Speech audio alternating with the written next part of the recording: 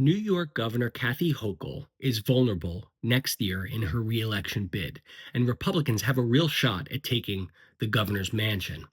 The Republican primary is next June, and the general election, is in November of 2026. Let's talk through who's shaping up to make up the Republican opposition to Governor Hochul. Just some background. Kathy Hochul assumed office in 2021 after then Governor Andrew Cuomo resigned in disgrace. She was the lieutenant governor. Then she runs for a full term in 2022, beating Lee Zeldin in what was a pretty close race. She won 53 to 46%.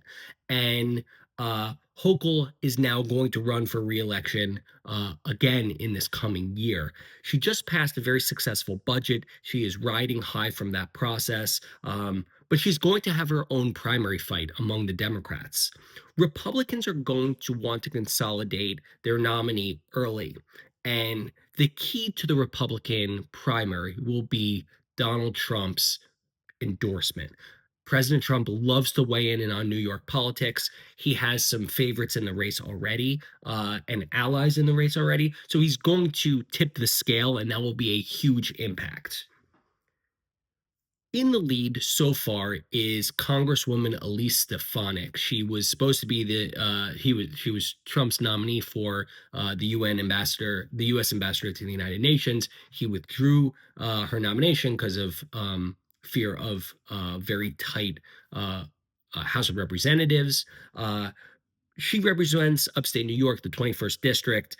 She's the House Republican chair. She has very strong name ID. She has a great fundraising base, and she's a darling of the Republican Party. Right now, polling suggests that she is trailing Governor Hochul by just 6 points. So Hochul is very vulnerable, and it seems like Stefanik is the frontrunner to take her on. Her platform will likely be about tax reform, public safety, opposition to New York sanctuary city policies. Stefanik has a very close relationship with President Trump, and he constantly publicly praises her. I would be very surprised if Stefanik is not the nominee. She's in the lead right now. The second person, probably the person who has the highest likelihood of beating Governor Hochul, is Congressman Mike Lawler. He represents the 17th district in the House of Representatives. That's the Hudson Valley area. He is a centrist Republican, where Elise Stefanik would have to answer for a lot of her MAGA beliefs and policies, January 6th and the big lie. Mike Lawler has taken a stake in Republican politics as a centrist and a moderate, someone who can work in a bipartisan fashion. And if he runs, it will be uh, a very decent sell to New Yorkers who are willing to vote for a Republican. A lot of New Yorkers will have a large pill to swallow with Congresswoman Stefanik. With Congressman Lawler, I think a lot of New Yorkers could vote for a pragmatic Republican who focuses on bipartisan solutions. Lawler was an early critic of Republican Congressman George Santos. He has, during the House Republican speaker fights, he has criticized his party. He has worked on legislation to restore the state and local tax deduction, the SALT deduction. He is expressed support for Israel, but also opposes sanctuary city policies. Lawler has gained attention for being bipartisan. I think he has the best chance at beating Governor Hochul, though he is trailing Stefanik. We also have new Nassau County Executive Bruce Blakeman. He has is known for strong conservative policies. He's prioritized fiscal constraint. He eliminated some planned tax hikes in Nassau County, enhanced public safety. His real focus has been on hot button culture war issues that have brought his name recognition beyond Nassau County.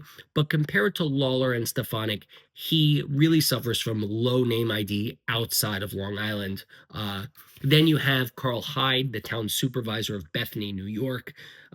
He's actually the only Republican at this point, a year out, who's actually officially declared his candidacy, but he lacks just about all name recognition and fundraising capacity. So that's unlikely.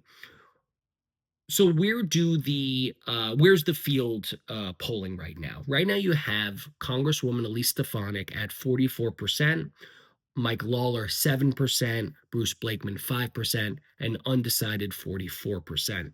So Stefanik has a really strong lead at this point, bolstered by her national profile and support from the kingmaker himself, President Donald Trump. Governor Hochul's approval ratings are underwater and they're a point of concern for Democrats.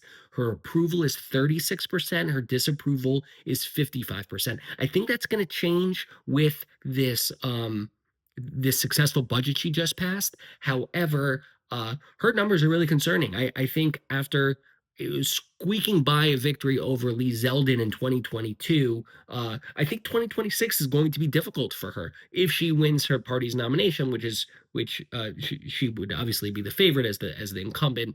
But it is definitely a real race, and of course we're a year out, and Stefanik remains in the lead, but we're going to see. Mike Lawler says that he's going to announce one decision one way or the other in the coming month. That will be a big change on the Republican side to see if we have a contentious primary or if Stefanik is just going to cruise to victory. But with a year to go, a lot can happen.